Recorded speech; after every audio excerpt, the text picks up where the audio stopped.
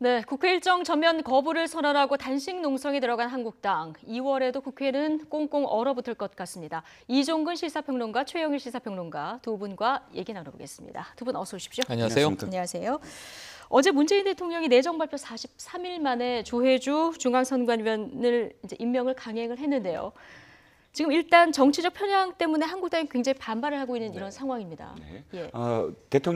문재인 대통령으로서는 사실 할 수 있는 것은 다 했죠. 한 번 요청했고 그다음에 또 한 번 이제 재요청까지는 가능하고요. 19일 날까지 사실은 답이 안 왔습니다. 그래서 20일 원래는 20일 날 임명 강행해도 법적으로는 전혀 문제가 없는데 예. 이제 행안위에서 한 번 기다려 달라 인사청문회 가능할 것도 같다라고 네.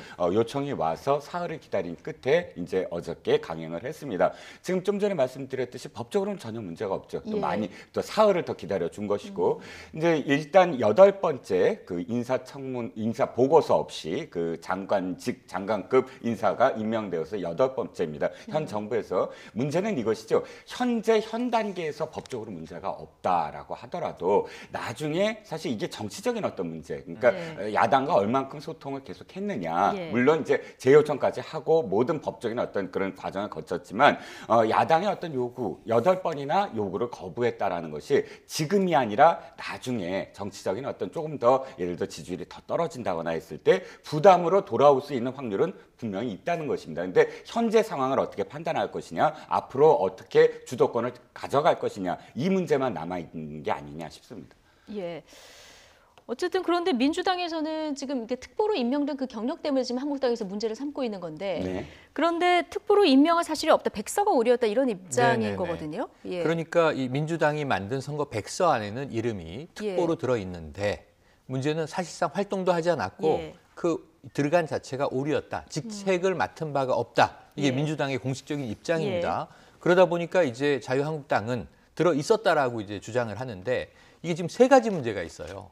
이 민주당 특보 활동의 진위 여부를 하나 확인을 해야 되고요. 일단은 민주당은 아니라고 하는 상황이고, 그리고 두 번째는 이 자유한국당이 보이콧까지 할 상황이냐. 아까 이종근 이 평론가님 말씀 주신 대로 네. 법적 절차에 문제가 없는데 문제를 삼고 있는 것은 민주당 특보로 활동을 했다면 중앙선거관리위원회 상임위원으로서 정치적인 편향성이 우려되지 않겠느냐라는 예. 문제 제기는 야당은 당연히 할 만해요. 예. 일단 그런데 활동을 했다면 네. 이건 이제 문제가 될 수 있는 소지가 있는 문제의 건 맞고요. 소지가 있죠. 예. 근데 이 법적 소지는 없어 보입니다. 예. 정치적 도의적 소지는 있어 보입니다. 왜냐하면 지금 중앙선관위법 자체를 저도 한번 리뷰해보고 들어왔는데 이 직위를 맡고 있는 동안 당적을 가질 수는 없어요. 네. 하지만 이전에 어떤 경력을 가지고 있는지를 예. 가지고 법적으로 결격 사유를 삼는 대목은 찾지를 못했어요. 그래서 이제 이게 정치적 도의적 문제가 있다. 그럼 야당은 우려할 수는 있으나 이게 2월 임시국회 할 일이 얼마나 많습니까? 예. 국회가 이것을 전면 보이콧할 정도의 수위이냐? 예. 이 문제 이제 두 번째 대응 수위가 적절한 것이냐 이런 문제가 있고요. 세 번째는 뭐냐 하면 지금 진실 공방이 벌어지고 있습니다.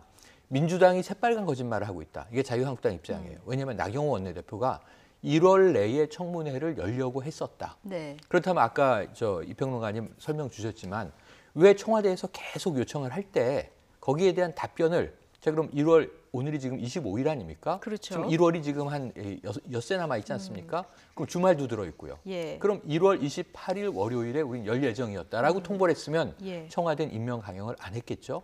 근데 일은 벌어진 상황에서 지금 대여 투쟁을 강화하면서 지금 내놓는 이야기는 청문회를 하려고 했었다. 그런데 문제는 저희가 아까 한국당 정유섭 원내부대표 연결해서 사실 네. 그걸 물어봤었거든요. 네네. 예. 나경원 원내대표는 하려고 했었다. 네. 그래서 홍영표 원내대표도 알고 있는데 민주당이 예. 청문회가 안 열릴 것처럼 거짓말을 한 것 아니냐라고 지금 질타를 하고 있는 거예요. 그 다음에 열렸다면 이건 가정법이지만 예. 어떻게 됐겠느냐. 그 인사 자체가 지명 자체가 지금 부당하다고 계속 이야기하는 입장 아닙니까? 예. 그러면 사실은 이 경과 보고서에서 부적격 입장이거나 예. 아니면 입장을 내놓지 않았겠죠. 지금까지 흐름 사례를 보면 네네. 그럼 어차피 임명 강행이 또 됐을 거 아닙니까? 예. 왜냐하면 이제 장관급은 이 청문 보고서가 없어도 청와대가 일정 기간 후에 임명 강행할 수 있습니다. 시간만 늘어졌겠죠. 지금 이것을 문제 삼는 네. 자유한국당이 예. 이것이 지금 국회를 보이콧할 정도의 사안이냐 수위냐 이 부분에서 조금 판단이 더 필요해 보입니다. 그러니까 국회 청문회를 열려고 했느냐 안 했느냐 여기 공방도 지금 벌어지고 있는 네. 이런 상황인데 어쨌든 아까 그 정유섭 원내부대표 얘기로는 청와대가 임명 철회할 것 같지는 않다라고 얘기를 하면서 지금 국회 보이콧을 하는 네. 이런 상황이 되는 거거든요. 네.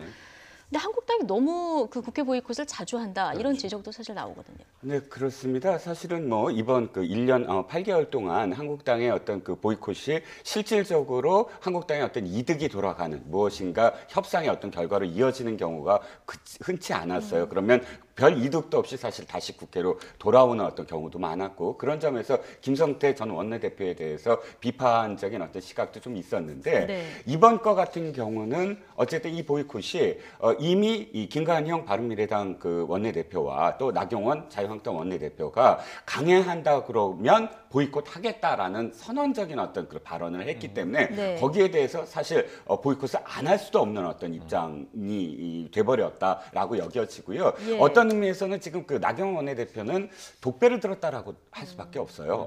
왜냐하면 자 나경원 원내대표가 지금까지 원내대표가 돼서 굉장히 공격적이고 상황 관리를 잘하면서도 조목조목 공격적인 어떤 포지셔닝을 잘하고 있다라고 원내에서도 지금 이야기를 듣고 있는 상황이거든요. 네. 그 이유는 사실 어떤 네 가지 부분에서 예를 들어서 그 김태우 전 그 수사관이나 혹은 신재민 뭐 그 이 전 예. 사무관이나 또 이제 정무 그 육참 총장과 만났다는 정무 행정관이나 또 마지막으로 손혜원 의원 건까지 별개로 이것은 뭐 다 합쳐서 공격하는 것이 아니라 자 네. 특검하고요 이건 국정조사하고요 하면서 하나하나 조목조목 상황을 지금 이끌어가고 있는데 만약에 지금 상황에서 국회 보이콧을 하고 2월 임시국회를 완전히 안 한다 그러면 한 달 동안 아무것도 못한 어떤 상황이 그러니까 되어버리거든요. 지금 할 일이 쌓여 있는데. 그렇죠. 예. 그러니까 이 정개특위만이 아니라 가장 유리한 어떤 상황조차도 아무것도 못하는 어떤 상황이 되기 네. 때문에 그래서 사실 어저께 나경원 원내대표가 표현이 이렇게 됩니다. 의원총회에서 자 보이콧합시다가 아니라 일단 보이콧합시다라고 선언을 하거든요. 그러니까 네. 일단이라는 것이 어찌됐든 보이콧은 할 수밖에 없는 상황으로 내몰렸지만 그러나 협상을 통해서 다시 돌아올 명분을 얻겠다라는 뜻으로 사실은 읽힐 수 있는 대목이죠. 그럼 어떻게 보면 시작부터 출구 전략도 좀 생각을 해야 되는 이런 상황일 수도 네. 있는 건데요. 지금 정의당에서는 선거제도 개혁법안도 네, 1월 내 네. 처리가 사실 무산됐잖아요. 네. 그러니까 정의당 지금 지난해 단식까지 했는데 이 부분 굉장히 곱지 않은 시선일 수밖에 없는데 그렇습니다. 그러다 보니까 지금 뭐 선거제 개혁은 걷어차고 이 중대한 사안을 자신들의 전당대회 이후까지 끌고 가겠다는 속셈이다. 정의당에서는 이런 지금 비판을 하고 맞습니다. 있거든요. 정의당 김종대 의원이 이제 그런 예. 발언을 했죠. 속내가 뻔히 보이는 거 아니냐. 국민들이 다 안다. 지금 이 얘기거든요. 그러니까 지금 원래는 1월 내로 연동형 비례대표제에 대한 선거 제도 개편에 대한 안을 내야 되는 거예요. 이건 지난 12월에 합의한 사안입니다. 예. 12월 내로 해달라라는 게 심상정 의원의 요청이었는데 그건 어려워졌고 그럼 1월은 여야가 같이 이야기를 해서 1월까지는 한번 안을 만들어 보자 그랬으니까 안을 만들고 있어야 되고 안이 좀 다듬어지고 있어야 되는데 기미가 전혀 보이질 않죠. 그래서 연초에 저희가 그런 평론을 했습니다. 연동형 비례대표제 물 건너간 거 아니냐. 이제 내년 1년 남은 총선에 네. 지금 올인하고 있는 상황이다. 당장 지금 자유한국당은 이제 약 한 달 남았죠. 그러면 전당대회입니다. 이 어찌 보면 전당대회의 흥행을 불러일으키기 위해서 이렇게 강한 이 보이콧이라든가 혹은 단식까지 선언을 하는 대여투쟁, 대정부 투쟁에 돌입한 것 아니냐. 그럼 이게 또 국민들이 보기에는 국민들의 시각에는요. 이걸 좀 과하게 표현한다면 또 정치쇼 아니냐. 이런 비난을 받을 가능성이 매우 높단 말이죠. 지금 국민들이 원하는 것은 지난해부터 일하는 국회잖아요. 그 압력 때문에 이 몇 가지의 법안들을 통과시키는 예를 들면 고 김용균 씨와 관련된 김용균법이라든가 이런 것들을 연말에 간신히 처리하면서 지금 정말 일하는 모습을 최소한 보여주면서 끌고 가고 있는데 이제 2월에는 아예 일하지 않겠다. 자, 설명절 민심은 어떻게 다독일 것이냐. 그럼 예. 2월 말에 또 전당대회에 다 올인해서 당권 주자들만 지금 스포트라이트를 받는 상황에서 자유한국당의 제1야당으로서의 국회 내에서의 존재 근거는 무엇이냐. 이런 질문을 받을 수밖에 없는데 정의당의 비판이 아니라 하더라도 이거는 일반 국민의 시각에서 비판받을 점이 많아 보입니다. 그러니까 지금 원래 무노동 무임금 아니겠습니까? 네. 국민들 입장에서는 이제 우리가 세금 내서 월급 받는데 계속 보이콧해서 국회가 공전이 되면은 진짜 답답한 심정으로 바라볼 그렇습니다. 수밖에 없는 이런 상황인데요. 김관영 뭐 바른미래당 네. 원내대표는 싸워도 국회에서 싸워야 된다 이런 얘기를 했습니다. 그런데 앞서 이제 저희가 한국당 분위기를 살펴봤지만 굉장히 강경한 입장이고요. 네. 뭐 단식 릴레이 단식도 한다고 합니다. 이름은 릴레이 단식인데 예. 지금 보도된 것은 이제 1인 하루씩 돌아가면서 하자. 하루씩? 네네. 네. 하루라는 게 24시간이지만 예. 사실은 뭐 일과중 시간으로 하면 길게 잡아야 12시간. 그럼 제 생각에는 이게 뭐 종교적인 행사에서 간혹 하는 단식이라고 부르긴 좀 어렵고 네. 금식이라고 부를 수는 있겠죠. 한 끼에서 두 끼 혹은 많으면 세 끼를 이제 식사를 거르겠다라고 하는 의미인데 예, 한 끼 정도의 네. 식사를 거른다. 네네. 이걸 예. 주로 NGO들은 어떻게 하냐면 이 불이웃 돕기 위해서 좋은 일을 할 때 식사 한두 끼를 우리가 금식을 하고 그 비용을 이제 기부합시다. 이런 이제 것들을 하죠. 근데 문제는 왜 이런 말씀을 드리냐면 예. 이 단식의 명분이 뭐냐라는 겁니다. 네. 지금 조혜주 상임위원, 중앙선관위의 위원은 중요한 자리예요. 장관급 맞아요. 하지만 국민들이 보기에는 그분이 누군지를 잘 몰라요. 프로필을 보면은 선관위의 관료로 계속 일해 오다가 지금 이제 어찌 보면 내부 승진해서 상임위원까지 올라간 인물인데 네. 그 중간에 민주당 특보의 경력이 있다. 근데 민주당은 없다, 공식적으로. 지금 이 공방 때문에 이 단식을 하면서 보이콧 투쟁을 하겠다는 거죠. 네. 이 국민들에게 체감될 수 있는 정치적 명분이냐. 오히려 이 김종대 의원의 말대로라면 2월 말 지금 다가와 있는 전당대회에 흥행의 불씨를 돋구기 위한 이 대여 투쟁, 대정부 투쟁이 오히려 역풍을 맞을 수가 있다. 이런 네. 좀 권고의 말씀을 드리고 싶습니다. 네. 지금 뭐 한국당 그 보이콧에 대한 국민들의 불편한 시각 얘기를 많이 했으니까요. 지금 국회가 굉장히 꼬여 있는 상황이잖아요. 그런데 조혜주 위원 같은 경우는 어쨌든 정치적 편향성 논란이 계속 일었던 사람인데 네. 굳이 꼭 이 사람을 그 자리에 앉혀야 되느냐 이런 또 비판도 한쪽에서 나옵니다. 네, 그렇습니다. 사실 이제 평론가께서 그런 의미가 있느냐라고 말씀하셨는데 정당을 취재하거나 정당 활동을 하시는 분들은 백서가 어떤 것이냐를 또 생각을 할 수밖에 없어요. 이 백서라는 건 이제 선거가 끝나면 패배한 대로 또 승리하면 승리하는 대로 그 이유를 적시를 하고 아주 객관적인 어떤 서술로 인해서 다음 어떤 그 후임들이 그 보고 사실은 어떤 교과서처럼 그 여겨야 되는 어떤 부분이거든요. 자, 저기에 특보가 들어간다는 건 어떤 의미일까요? 그 이후에 사실은 자신의 신분을 이 정당에서의 어떤 평가를 받는 가장 중요한 그런 이 이름이 등재되는 어떤 이유입니다. 네. 저기에 등재되기 위해서 정말 어마어마한 사람들이 자신의 직함을 달아요, 선거 때. 그리고 저 등재된다는 것 자체가 사실은 어마어마한 나중에 어떤 자기에 오를 수 있는 그런 이 상황입니다. 네. 그렇다면 이 백서 785쪽에 있다지만 이 백서 전체를 어떻게 만들고 어떻게 그것을 감수하며 어떻게 교정을 보는지를 아는 사람이라면 최소한 실수로 들어갔다는 말은 못합니다. 그 명단에 위에 있는 사람과 아래에 있는 분들 모두 다 사실은 전부 지금 헝가리 대사부터 뭐 공공기관의 장이 돼 있어요. 그런데 이분이 지금 잘못 들어갔다? 그런데 잘못 들어갔다는 건 예를 들어서 이름이 하나 틀렸다거나 혹은 뭐 그런 그 자리가 뭐 두세 개가 겹쳤다거나 이런 것은 오타나 오기나 혹은 실수가 있을 수 있지만 여러 가지 특보 중에 공명선거 특보라는 어떤 이름이 들어갔다라는 건 저 백서를 만드는데 엄청나게 많은 검증 작업을 거치는 것을 당 관계자가 안다면 당 관계자를 그래서 증인으로 부르려고 했고 청문회에서 그렇다면 이 실수라는 변명은 사실은 굉장히 그러니까 그 정치를 아는 사람들이라면 뭐 납득할 수 없는 그런 이 표현이거든요. 그렇기 때문에 사실 청문회가 열려서 야당이 지금 요구한 사람들, 이 당 사무총장과 이 백서를 만든 사람과 이런 분들이 사실 증인으로서 어떤 과정인지를 좀 이렇게 밝혔으면 더 네. 좋았지 않았을까라는 근데 이제 아쉬움이 좀 있습니다. 청문회를 열려고 했느냐 마느냐 이거부터 지금 공방이 벌어지고 그렇죠. 있는 상황이라 좀 답답하고요. 청문회 없이 임명되는 어쨌든 첫 사례 맞습니다. 이기도 해서요. 지금 경제도 살리고 야당과 협치가 어느 때보다 중요한 시점인데 네. 협치는 좀 더 멀어졌다. 이렇게 볼 수 있을 것 같습니다. 그러니까 지금 이 평론가님 말씀을 주셨으니까 제가 그 백서라고 하는 것의 의미를 폄훼하는 것이 아니라 또 그렇게 사관처럼 만들어서 교과서로 준용되면 얼마나 좋겠습니까만은 이 백서가 왕왕 오류가 많은 걸 또 저는 봐요. 그러니까 예를 들면 이 법률 특보가 어마어마하게 많이 들어가는데 모 변호사들이 나는 이름을 올린 적이 없는데 백서에 왜 내 이름이 있느냐 빼달라 이런 요구들이 선거 끝나면 항상 벌어지고요. 두 번째 문제는 뭐냐면 이걸 교과서로 보는 정당을 별로 못 봤습니다. 제가 쌓아놓고만 있죠. 백서를 연구해서 그 전선거 때 했던 패배의 예. 요인을 그다음에 보완하는 정당이 있었더라면 지금 정당 정치가 조금은 더 발전하지 않을까 하는 아쉬움이 있는데 그래도 이 평론가님 말씀한 그 엄중함 그건 인정하지만 더 중요한 것들이 많다는 거죠. 국회가 지금 중앙선관위 상임위원 한 명을 위해서 제1야당 100여 명의 의원이 이를 다 놓을 정도의 상황이냐. 경제 어제 지금 금통위가 발표한 게 2.7% 경제 성장률을 2.6으로 낮췄습니다. 금리는 동결했습니다. 경제 문제 살리기부터 시작을 해서 신성장 동력 개발은 어떻게 할 것이냐. 그 전에 야당이 요구하던 규제 완화라고 요구했잖아요. 경제 민주화와 경제 활성화의 대립이 박근혜 정부부터 터져 나왔던 일인데 지금 이제 정부가 집권 3년 차에 경제 완화해야지, 경제 활성화해야지, 경제에 대통령이 올인해야지 하고 있는 상황이 국회는 우린 그건 모르겠고 중앙선관위 왜 1년여 후에 총선이 다가오는데 우리한테 불리하면 안 되니까 국민 시각엔 이렇게 보일 수가 있는 거예요. 선거만 생각하는 집단이에요, 정치인이. 그러니까 그걸 좀 완화하기 위해서 그러면 투쟁의 방식도 나눠서 합리적으로 대응하면 좋겠는데 원내대표부터 지금 당은 비대위 체제인데 이렇게 가서야 되겠습니까? 예.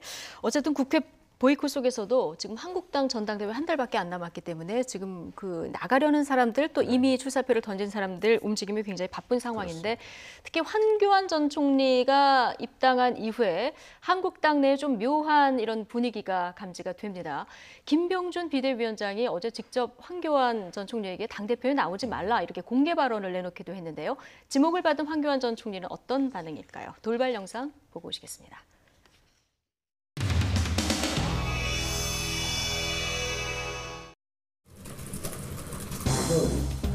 나오지 않았으면 하는 분들이 출마를 염두에 판단을 하고 있거나 할 것으로 예상되고 있습니다.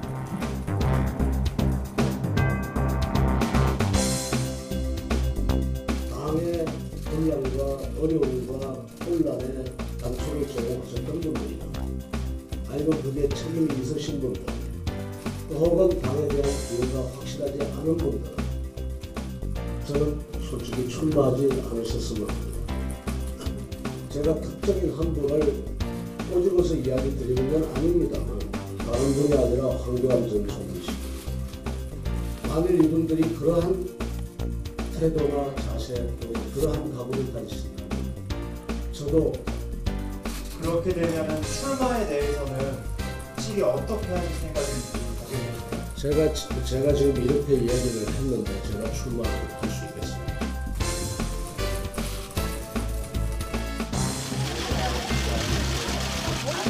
많이 기다렸습니다. 네, 많이 기다렸습니다. 여기까지. 앞으로 조금만 더 와주시겠어요?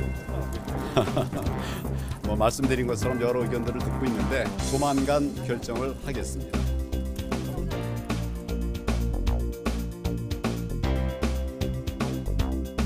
자유한국당 전국지방여성의원협의회 홍보위원장 조미애. 네, 수고하셨습니다.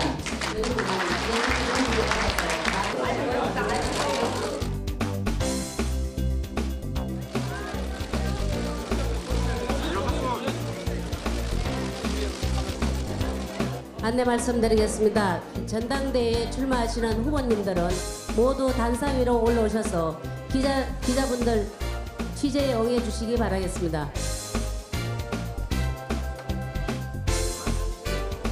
앞에 앉아주세요.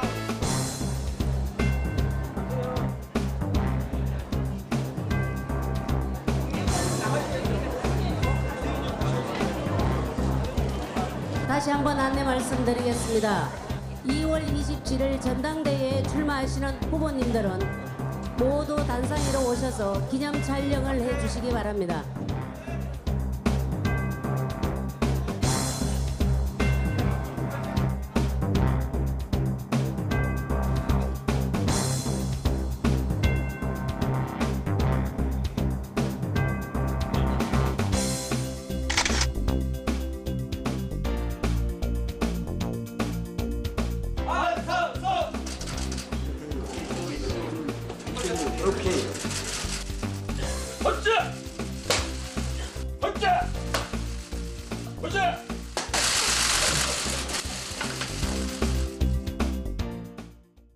네, 안상수 의원의 저 장면은 두고두고 전당대회 네. 출마의 어떤 명장면이 될 것 같다 이런 생각이 들고요.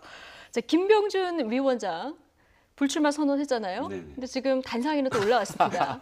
이 단상에 허전해서 그냥 올라간 걸까요? 아마도 그 사회자가 전당대회에 출마하실 분이라고 말씀을 하셨는데 그걸 이렇게 듣지 않으셨을까요?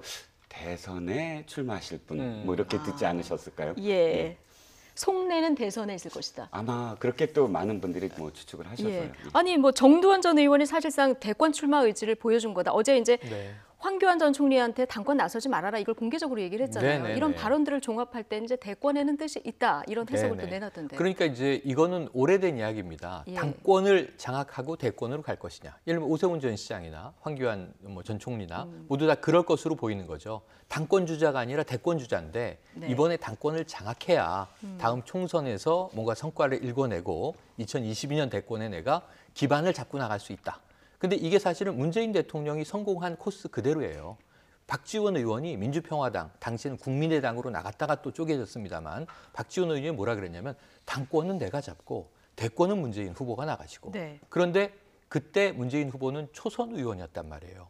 그러니까 뭔가 정치 기반을 만들어낼 필요가 있어서 저도 그때 방송에서 이야기하기를 당권을 장악하고 권력 의지를 보여준 후에 대권에 나가면 어떻겠느냐. 코스는 두 개가 있는 거예요. 네. 당권, 대권을 같이 가냐 따로 가냐. 근데 지금 이제 자유한국당에 똑같은 양상이 펼쳐져 있는 겁니다. 그래서 이번에 당권 주자들은 일부 주자를 제외하면 사실상 대권 주자들이 이번에 당권을 먼저 선점하기 위한 투쟁을 하고 있는 것이다. 이렇게 해석할 수 있겠고요. 그러면서 보면은 아까 이 평론가님 말씀처럼 당권, 대권이 충분히 혼동될 수 있는 상황이긴 하죠, 이번에. 예. 그래서 당권이든 대권이든 상관없이 나는 지금 우리 당의 리더다라고 하는 모습으로 단상에 올라가는 것은 네. 왜 처음에 쭈삣쭈삣 하시는지 모르겠어요. 전 김병준 비대위원장도 나도 당권 나가겠다라고 그냥 선언하시는 게 더 좋을 것 같아요. 예. 그러면은 지금까지 비대위원장 활동을 했던 것이 사심 있어 보일까 봐 우리나라의 그 어떤 체면 차리는 그런 네. 정치 행태가 있는데 차라리 내 권력 당권부터 욕망이 출마하는 것이 있다면 좋겠다. 진검승부 해보자 나가겠다. 지금까지 공정하게 했고 나는 당을 이 정도로 기반 닦아놨으니 나도 한번 붙어보겠다 하시는 게 국민들 보기에는 훨씬 솔직한데 예. 지금 여러 가지 얘기들을 지금 우리가 해석하고 있지 않습니까? 네. 그 해석의 묘는 언제든 뒤집어질 수 있다 이런 말씀 드리고 싶네요. 어쨌든 지금 여러 주자들이 출렁출렁 움직이는 것은 이제 황교안 전 총리가 입당을 하고 이 이후에 이제 전당대회 판이 조금 달라지고 있는 이런 네. 상황인데요. 황교안 전 총리 당권 도전 이제 곧 밝히겠다라고 얘기를 했는데 뭐 기정사실로 받아들이면 될까요? 당권을 만약 도전하지 않으려고 했다면 예. 이번에 입당 안 했을 겁니다. 네. 제가 보기에는 왜냐하면 타이밍이 아주 절묘했거든요.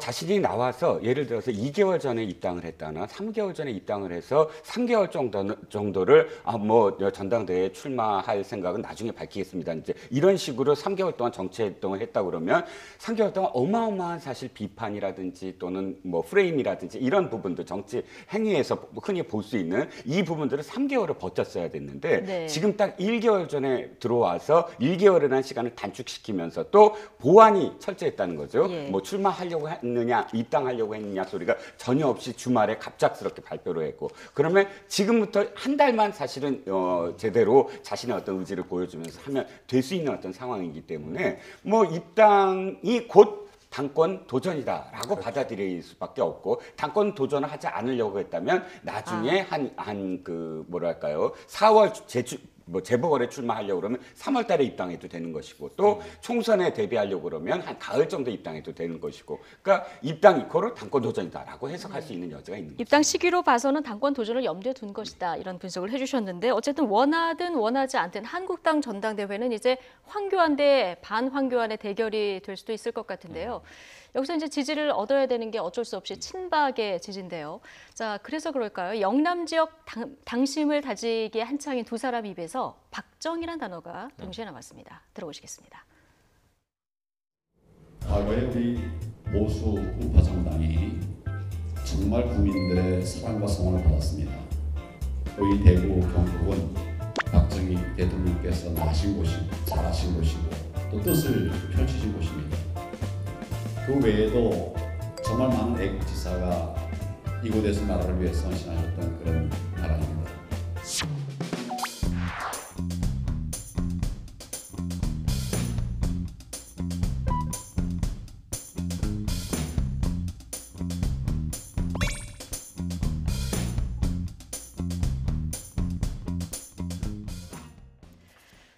네, 지금 발언을 보면은 조금 발언의 우양우 발언이 좀 늘어나는 것 같고요. 그리고 오늘도 보면은 대구 네. 서문시장을 좀 주목해서 봐야 되는 이런 상황이에요. 맞습니다. 예. 상징적인 곳이죠. 서문시장 하면은 이제 바로 지난 정권 때는요. 박근혜 대통령이 정치적 위기가 몰렸을 때는 서문시장을 주로 갔습니다. 네. 대구 지역을 방문을 했었고요. 뿐만 아니고 홍준표 전 대표는요. 이 고향이 대구가 아님에도 불구하고 내가 어린 시절 대구에서 공부했었다. 대구에서 자랐었다. 그러면서 서문시장을 내가 뛰어놀던 곳 이렇게 예. 표현하기도 했습니다. 예, 화제도 있었죠. 안타깝게. 그래서 이 서문시장이라는 곳이 일종의 TK 지역에서는 하나의 상징적인 이 지역이다. 특히 정치적인 면에서는 뭐 성역이다 이렇게 말씀드릴 수가 있겠어요. 그래서 서문시장을 다 이제 당권 주자들은 이제 찾게 되어 있고요. 네. 지금 이미 방문은 시작되지 않았습니까? 그런데 이제 여기서 키워드를 뽑아내는 것이 서문시장은 공간적인 의미가 있는 상징이지만 무엇보다 박정희라는 키워드가 등장했습니다. 예. 박정희라는 이 인물에 관한 가장 주도권을 가지고 있었던 인물은 네. 누굴까요? 바로 박근혜 전 대통령이죠. 왜냐하면 친따님이었고요. 당시 청와대에서 영예라고 불리던 생활을 했는데 청와대로 다시 들어갔을 때 어찌 보면 재입성. 그런데 지금 그게 안타까운 상황이 돼 있지 않습니까? 그래서 황교안 전 총리는 지금 기자들이 계속 물어보는데 이 박근혜 전 대통령에 대한 입장, 탄핵에 대한 입장, 이것을 밝히지 않고 통합이란 키워드로 계속 받아치고 있어요. 네. 근데 이 시간만 바꿔질 뿐이지 결국 언젠가는 답해야 할 문제다. 아마 염두에 두고 계실 겁니다. 예. 자, 황 전 총리 한 언론 인터뷰에서 바른미래당의 유승민 의원뿐 아니라 태극기 부대까지 포용하겠다 이런 얘기를 했거든요. 이게 그런데 사실상 가능할까요? 자, 황교안 전 총리는 입당하면서 이제 전당대회까지 염두에 두고 입당했다는 가정하에서 본다면 지금 말씀하신 것에 대한 답을 준비를 했을 겁니다. 준비 안 하고 당연히 그 프레임으로 질문을 들어올 텐데 지금 말씀하셨던 답이 그러니까 그 질문이 답으로 지금 생각하신 것 같아요. 네. 그러니까 세 가지를 합치겠다, 세 가지 합이다, 삼합이다 이렇게 표현하시는데 예. 뭐 융합, 뭐 단합, 통합 이렇게 표현을 하시더라고요. 그런데 이 의미가 뭐냐면 자신을 계속 그 사람들이 친박의 어떤 수장이라든지 혹은 탄핵의 주역이라든지 이렇게 보는 것을 역으로 그렇지 않고 전체 보수파를 이끌어 나갈 수 있는 빅텐트를 또 칠 수 있는 그런 리더다라고 지금 포지셔닝을 하시려고 하는 것 같아요. 그렇기 때문에 지금 친박계와 관련돼서 어떤 특별한 뭐 이렇게 행보를 보이고 있지는 않아요. 지금 좀 전에 서문시장 말씀하셨지만 그건 다분히 이 전당대회는 원내대표 선거와는 달라서 원내대표는 의원들이 뽑지만 그렇죠. 전당대회는 당원이지. 70%가 당원입니다. 네. 그런데 지금 당원 그러니까 주식회사 자유한국당의 대주주는 대구 경북입니다. 대구 전체 100%에서 32% 정도가 대구 경북 출신의 당원들이에요. 예. 그다음에 18%가 영남이 아까 PK고 그러면 TK와 PK를 합친 영남이라고 봤을 때는 50%가 넘는 아주 대주주거든요. 그렇기 때문에 서문시장 가서 박정희 대통령을 얘기한다. 이게 친박이다 아니다가 아니라 당연히 굉장히 그 지역 중요한 포인트가 될 수밖에 없다. 그 지역 당원들을 지금 예. 겨냥을 한 것이고 네. 다른 지역 가면 또 다른 지역에 대한 이슈를 이야기할 수밖에 없습니다. 그러니까 지금 황교안 전 총리가 지금 뭐 그 유승민 의원이라든지 이렇게 이야기하는 것은 앞으로 자신의 포지셔닝이 어디로 갈 것이냐에 대한 단초로 지금 해석할 수가 있는 거예요. 예, 어쨌든 지금 한국당 그 당권에 도전하려고 하는 사람들 다 포함해서 10명 정도가 거론되는 이런 상황인데요. 자, 이런 상황에서 한국당 지지율의 변화가 있는지 저희가 그 갤럽 여론조사, 오늘 나온 갤럽 여론조사를 좀 볼까요?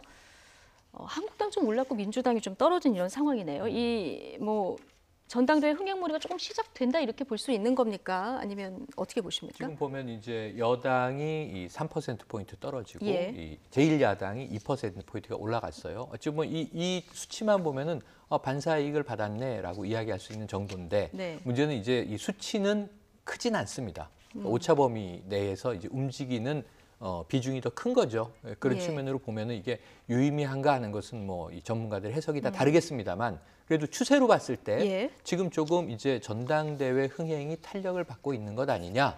어찌 보면은 이제 대권 잠룡들이 대거 당권에 도전하면서 조금 큰 인물들이 이제 움직이니까 네. 약간 이제 지지층을 중심으로 변화가 있는 것 민심이 같다. 움직임이 있는 것 같다. 예. 반면에 지금 여당은 계속 난타를 당하고 있는 상황이거든요. 예, 지금 청와대 손혜원 발, 의원 네, 여러 손혜원 가지 의원, 네. 그 논란이 좀 영향이 있다고 보십니까? 미미하게 영향이 있다고 봅니다. 저는 그러니까 이 목포에서는 오히려 지금 이 역작용이 일어나고 있는데 전국적으로 바라보는 이제 국민들 입장에서는 다소 부정적인 예. 이미지가 작용했을 것으로 그러네요. 봅니다. 지금 말씀하신 대로 전국적으로는 지지율이 빠졌는데 목포에서 지금 올랐죠. 광주 전남 지역 광주 전남 목포에서 올랐네요. 네네, 전남북에서 주로 올랐고요. 예. 서울과 수도권, 나머지 충청권에서는 빠지고 있어요. 그래서 이 부분에 대해서는 득도 일고 실도 있는데 민주당이 앞으로 어떻게 대응할지 이제 이 지표를 가지고 아마 수위 조절을 하지 않겠나 생각이 됩니다. 예. 어쨌든 그 손혜원 의원 공방으로 지금 민주당의 지지율의 변화를 지금 살펴보셨는데 네. 지금 목포를 지역구로 둔 박지원 의원 입장이 계속 달라져서 여기에 대한 진위가 뭐냐 이런 얘기들이 계속 나옵니다. 네, 박전 전 의원, 전 의원이죠. 참. 네. 전 의원 아니고 현 의원입니다. 현 의원이죠. 네. 예, 전 대표. 그런데 그 박 전 의원이 오늘 또 말이 조금 달라졌어요. 뉘앙스가. 네. 어저께까지는 이제 손혜원 의원에게 떨고 있다 그러면서 약간 좀 분위기가 바뀌었는데 다시 옹호하는 쪽으로 갔다가 그렇죠. 예. 오늘 이제 질문을 네. 앵커가 질문을 했습니다. 아니 정청래 의원도 지지를 한다고 하고 근데 자꾸 입장이 바뀌는 거 아니냐라고 이야기했더니 자신은 바뀐 것이 없다. 네. 2. 목포 시민들은 우려하고 있다. 손혜원 의원의 사태에 대해서. 3. 정청래 의원이나 지지하는 사람들은 진영 논리다. 그러니까 이렇게 세 가지로 요약을 할 수가 있겠어요. 그러니까 박정원 원내대표가 딴 것보다 사실 되게 마음이 좀 이렇게 아팠던 부분이 바뀌고 있다라는 부분일 거예요. 예. 박정원 원내대표의 어떤 그런 트레이드 마크가 뭡니까? 정보력이 있고 또 자신이 말한 것에 대해서 언제나 입증되는 어떤 부분들이 있었잖아요. 그런데 손혜원 의원과 이렇게 어떤 대척점에 서는 그런 결기를 보여줬다면 그 이후에 사실 말이 바뀌고 있는 어떤 상황들이 자신으로 생각할 때는 정치의 어떤 그 흐름 속에서 내가 초선 의원한테 이렇게 흔들린다 이렇게 비춰질 수가 있거든요. 그렇기 때문에 오늘 네. 다시 한번 또 수습을 한 게 아닌가 싶습니다. 예. 그런데 손혜원 의원을 비판하다가 또 역풍을 맞은 이런 당도 있습니다. 한국당 정용기 정책위 의장의 목포는 호구였나 이 발언 때문에 지금 역풍이 거세졌는데요. 나경원 원내대표 급히 진화에 나섰습니다. 함께 보시죠. 목포는 항구다라는 노래가 있습니다. 근데 지금 목포는 호구다라는 얘기가 나오고 있습니다. 우리 대한민국 국민들한테는 과거 3대 항, 6대 도시의 아름답고 자랑스러운 도시 목포 항구입니다만은 손혜원 일당에게는 그저 목포는 호구였을 뿐입니다. 독해될 수 있는 그런 여지가 있었다면 그 부분에 대해서는 유감을 표시합니다. 목포 주민들이 어떻게 보면 이용당하는 이런 일은 결코 없어야 한다는 차원의 말씀이었다는 것을 다시 한번 말씀드리고 더 이상 지역 감정에 기대서 지역 정서를 자극해서 본인의 정치적인 목적을 이루고 선거에 당선되려고 하는 이런 정치인들 정말 퇴출돼야 합니다. 목포의 눈물을 얘기하면서 악어의 눈물을 흘리는 이 정치인들 반성하기를 촉구합니다. 네. 의혹을 직접 보겠다고 목포까지 직접 내려갔는데 지금 말 한마디 때문에 역풍을 맞은 상황이 됐습니다. 네, 그렇습니다. 정영기 의원은 자신이 의미하는 바가 목포가 호구다가 아니라 목포를 호구로 생각하는 정치인들이 있다라는 의미로 이야기했다라고 이야기하지만 문제는 그것을 어느 자리에서 했고 어느 정당이 했고 에 따라서 해석하는 바가 다를 수가 있잖아요. 그렇다면 자신이 의도하는 바를 명확하게 사실 했었어야 됐는데 아마도 항구다, 호구다 이런 어떤 라임을 맞추고 좀 전에도 뭐 목포의 눈물, 악어의 눈물 이런 식으로 자꾸 이렇게 대꾸처럼 라임을 맞추지 않습니까? 네. 그런데 그것이 훨씬 명확하긴 하죠. 귀에 쏙쏙 들어오죠. 하지만 오해가 있을 수 있다라는 것을 의식하지 못했다면 설화는 자초한 게 아니냐라고 이야기할 수밖에 없죠. 예, 어쨌든 국내 정치 상황 점점 복잡해지는 이런 상황인데 이런 상황 속에서 어제 문재인 대통령 67번째 생일을 맞았다고 합니다.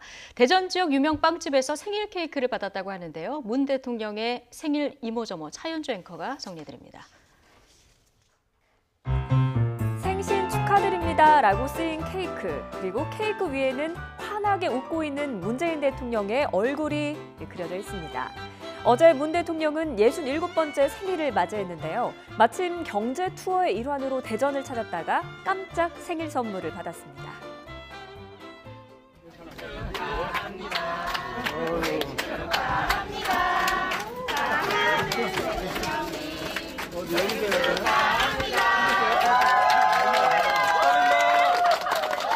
마침 문 대통령의 생일인 걸 안 빵집 직원들이 직접 케이크를 준비한 겁니다. 예상치 못한 선물에 문 대통령은 멋쩍은 웃음과 함께 고마움을 전했습니다. 앞서 여야 지도부도 문 대통령에게 축하 선물을 보냈습니다. 이해찬 더불어민주당 대표는 홍삼을, 그리고 자유한국당과 바른미래당 등 야당도 축하 난과 꽃바구니 등을 선물했고요. 시진핑 중국 국가주석도 축전을 보냈다고 합니다. 대통령 지지자들도 이벤트를 선보였습니다. 서울역 5개 전광판에는 문 대통령이 미소를 짓고 있는 사진이 커다랗게 걸렸고, 청와대 국민청원 게시판을 활용해서 축하를 보낸 사람도 있는데요. 오늘 오전 기준으로 참여 인원이 13,000여 명이 훌쩍 넘었습니다. 하지만 이를 두고 일각에서는 청원 게시판이 다른 목적으로 활용되는 게 아니냐는 지적도 나왔습니다. 문 대통령 생일은 지난해에 유독 화제가 됐었죠. 뉴욕 타임스퀘어 전광판에 광고 영상이 올라가기도 했고요. 포털 사이트 검색어에 문 대통령이 강조했던 평화올림픽이라는 단어를 1위로 올리기도 했는데, 일부 보수 네티즌이 평양올림픽이라는 단어로 맞서는 일도 있었습니다. 네, 지난해와 좀 비교를 해봤는데요. 지난해 뉴욕타임스에 등장했던 광고도 생각이 나고요. 평화올림픽, 또 반대해서 올라오는 평양올림픽이 생각이 납니다. 지난해하고 올해 비교했을 때 좀 어떻게 보셨습니까? 지난해는 굉장히 조심스럽게 보내신 것 같아요. 조촐하게 참모들과 그냥 저녁 식사 정도 하고, 또 기억에 남는 건 올해는 그래도 축하난도 받으셨고요. 뭐 여러 가지 어떤 선물도 받고 또 케이크도 받았는데, 작년 선물 기억에 납니다. 이니 시계. 당연히 대통령 시계가 본인이 갖고 있을 거라고 생각을 했지만, 그 전에 어디를 갔는데 대통령님 저 시계 좀 주세요 했을 때 이렇게 답변을 하셨어요. 뭐냐면 나도 그 시계가 없어요. 그런데 그걸 기억해뒀던 청와대가 그날 이제 청와대 직원들이 선물을 하는데 꺼내봤더니 본인의 그 아이템인 이니 시계가 이제 받았다. 뭐 이런 이야기인데, 사실 뭐 본인의 시계라서 그것이 얼마나 기쁘셨을까 하지만 그 지지자들 입장에서는 그게 참 구하기 힘든데 본인도 없었구나. 라는 거를 깨달을 수 있는 어떤 그런 선물이었습니다. 어쨌든 뭐 많은 선물 받으셨지만 가장 좋은 선물은 아무래도 지지율이 올라가는 이 부분이지 않을까 싶은데, 오늘 갤럽 여론조사 어떻게 나오는지 보면 1%포인트가 떨어졌네요. 지금 긍정과 부정이 조금 또 가까이 가는 이런 모습입니다. 아까 이제 정당 지지율에서도 말씀드렸지만 1%포인트는 이제 오차범위 내에 있기 때문에 이게 떨어졌다 올랐다라고 이제 해석하는 게 큰 의미가 없습니다. 그래서 제가 보기엔 47%나 46%나 정체되어 있다. 어쨌든 저 문재인 대통령 입장에서는 아까 말씀하신 대로 생일 즈음에 좀 올랐으면, 한 3~4%포인트 정도가 올랐으면 유의미하게 오르고 있다, 올랐다 이렇게 말씀드릴 수 있겠는데, 지금은 정체돼 있는데 이 청와대 입장에서는 지금 유리한 이슈가 더 많은가 불리한 이슈가 많은가를 보면은 올해 들어와서 지난 연말부터 불리한 이슈가 더 많았던 것 같아요. 그럼에도 불구하고 정체를 유지하고 있다. 이거는 사실은 뭐 다행스럽다고 오히려 해석할 수 있겠고요. 앞으로 이제 경제에 지금 올인하고 있는 모습 아닙니까? 대전도 그렇고 지난주에 울산, 주로 산업도시들을 돌면서 산업 활성화를 위한 기치, 지난해에는 수소경제 활성화 로드맵도 발표하고 그랬는데요. 이러한 과정에서 지지율이 좀 눈에 확 띄게 오르는 것을 기대해 볼 만할 것 같고요. 일단은 북미 관계가 좋아지는 것도 호재가 될 것 같습니다. 어쨌든 악재가 많은데 그 상황에서 1%포인트 정도 빠진 거는 뭐 그렇게 나쁘지 않다. 이런 선방했다. 이런 분석이신 것 같습니다. 네, 이종근, 최영일 두 분 시사평론가와 오늘 정치권 핫이슈 얘기 나눠봤습니다. 두 분 고맙습니다. 고맙습니다.